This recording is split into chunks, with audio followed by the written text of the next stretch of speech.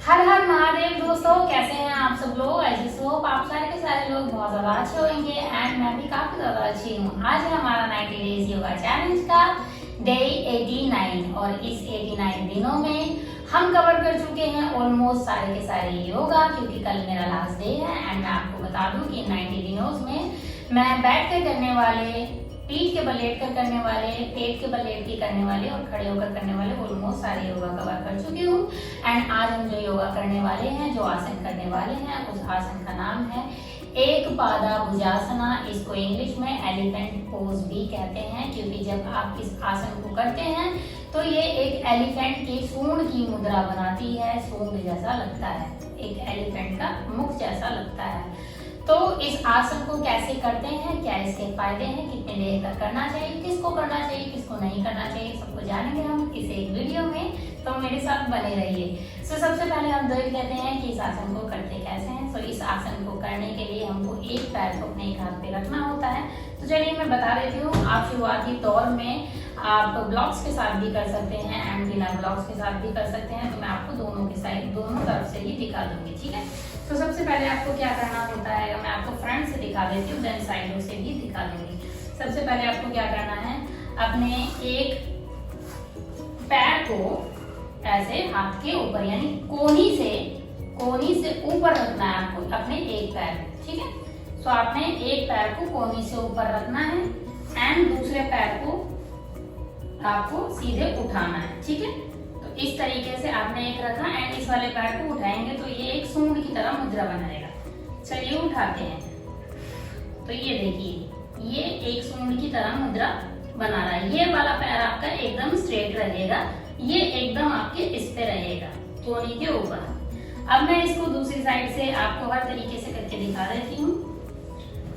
सो एक बार मैं आपको ब्लॉक्स के साथ भी दिखा देती हूँ और दूसरी साइड से भी दिखा देती हूँ, ठीक है। सो इसमें आपको क्या करना है, अभी मैंने अपना लेफ्ट पैर रखा था, अपना राइट पैर रख रही हूँ अपना हाथ के ऊपर। सो इस हाथ पैर को लेके आपको कोहनी के ऊपर रख लेना है, नीचे आपको ब्लॉक के ऊपर हाथ रख लेना है एंड देन दूसरे ब्लॉक के ऊपर हाथ रख के पूरे शरीर को अच्छे से जान देते हुए आपको उड़ जाना है एंड ये पैर को उठा लेना है। सो ये बन गया आपका हाथी की सूंड की मुद्रा। 10 से 30 सेकंड तक इस आसन में बने रहें एंड देन वापस आ जाएं। मैं आपको दूसरी साइड से भी करके दिखा देती हूँ एंड बिना ब्लॉक के करके दिखा देती हूँ। इसमें आपको क्या करना है, देखने में बहुत आसान आसन है लेकिन थोड़ा सा कठिन है। जिन लोगों की कलाइयों में चोट लगी हो या दर्द रहता हो या हाथ में दर्द रहता हो, उन लोगों को यह आसन करना मना है। लेकिन जो लोग स्वस्थ हैं वो यह आसन कर सकते हैं, ठीक है।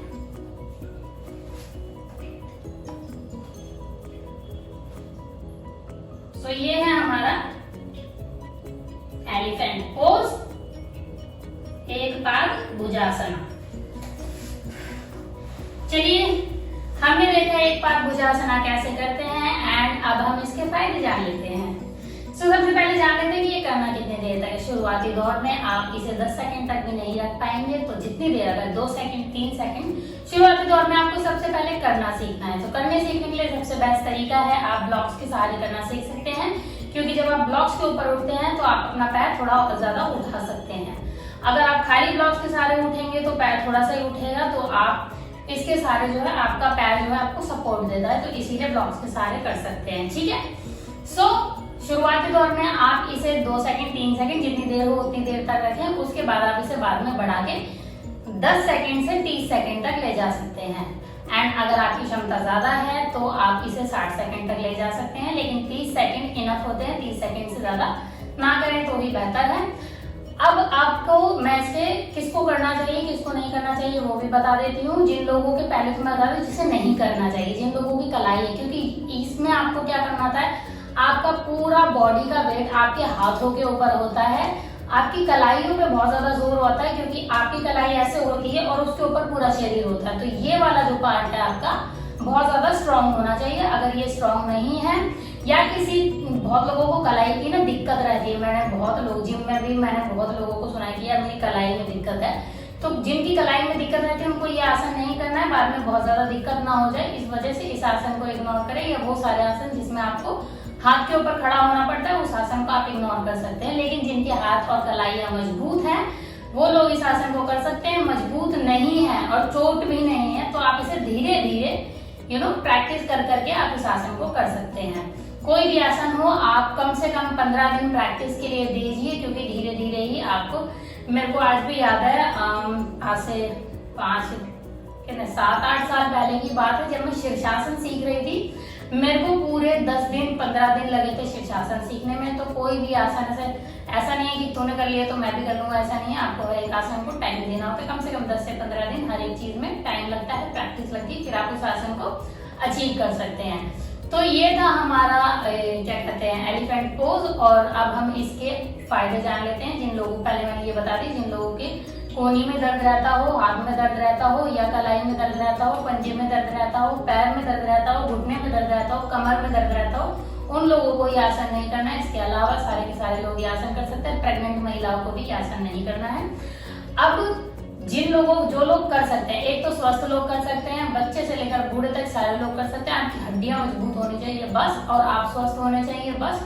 और इस आसन को करने के आप फायदे क्या हैं वो जान लेते हैं। इस आसन को करने से जैसे कि आपने देखा कि सारा भार आपकी कलाइयों पे आता है, तो आपकी कलाई जो है लोहे की बन जाएंगी, बहुत ज्यादा मजबूत हो जाएंगी। किसी को एक भूसा भी मारा तो वो दूर जाके गिरेगा, इतनी मजबूत हो जाएगी।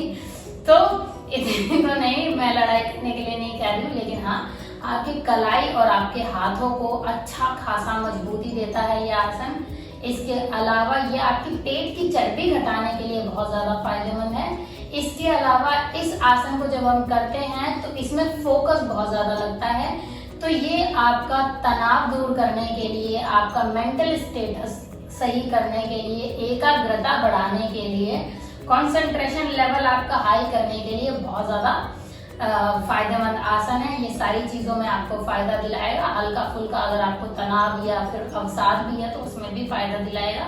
आपका कंसंट्रेशन लेवल भी काफी ज्यादा अच्छा कर देगा। तो मतलब एक तरीके से ये आपका शरीर का और दिमाग का संतुलन बनाने में बहुत ज्यादा फायदा करता है। और जो भी आसन आपके दिमाग और शरीर के संतुलन से बनते हैं, जैसे शीर्षासन हो गया, ये वाला आसन हो गया, जितने भी ये जो आसन है जो दिमाग और आपके शरीर के एक साथ संतुलन से बनते हैं, वो आपके सिर्फ शरीर को नहीं सुधारते, आपके दिमाग को भी सुधारते हैं। तो दोनों का काम करते हैं। नर्वस सिस्टम भी अच्छा हो रहा है, शरीर भी अच्छा हो रहा है। ये आपके पेट की चर्बी घटाने के लिए बहुत ज्यादा फायदेमंद है। पेट की चर्बी और साइड में जो चर्बी जमा होती है उसकी चर्बी, वो चर्बी हटाने के लिए भी बहुत ज्यादा फायदेमंद है।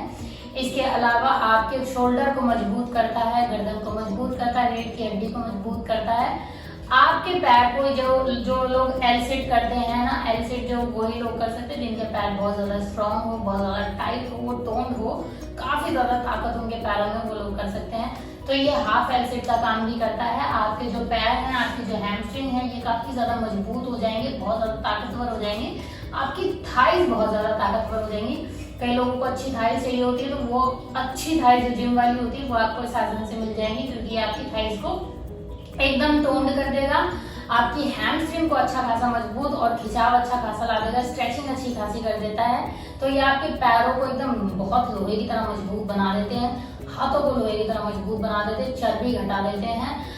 एब्स के लिए अगर आप तैयारी कर रहे हैं तो वो भी इस आसन से आ सकते हैं, लेकिन आपको नियमित रूप से करना होगा। ये आसन काफी ज्यादा शरीर को ताकत देने वाला आसन, तो इसीलिए इस आसन को करना चाहिए। आपके पूरी बॉडी को ताकत देता है, आपका सिस्टम भी सुधारता है, पेट से रिलेटेड, जैसे कि आपको कब्ज है या फिर गैस्ट्रिक इश्यूज है तो वो सब भी सुधारता है, पाचन क्रिया भी सुधारता है, दिमाग, हाथ पैर शरीर सब सुधारता है। तो इसके बहुत सारे फायदे हैं। तो क्योंकि मैंने इसके सारे के सारे फायदे बता दिए हैं, तो इसीलिए मैं अपना आज का वीडियो करती हूँ यहीं पर खत्म। Thank you so much guys for watching my videos. Stay connected. हम फिर मिलेंगे अपने 90 डे के आसन पे, लास्ट आसन पे। तब तक के लिए take care, have fun, bye and Har Har Mahadev.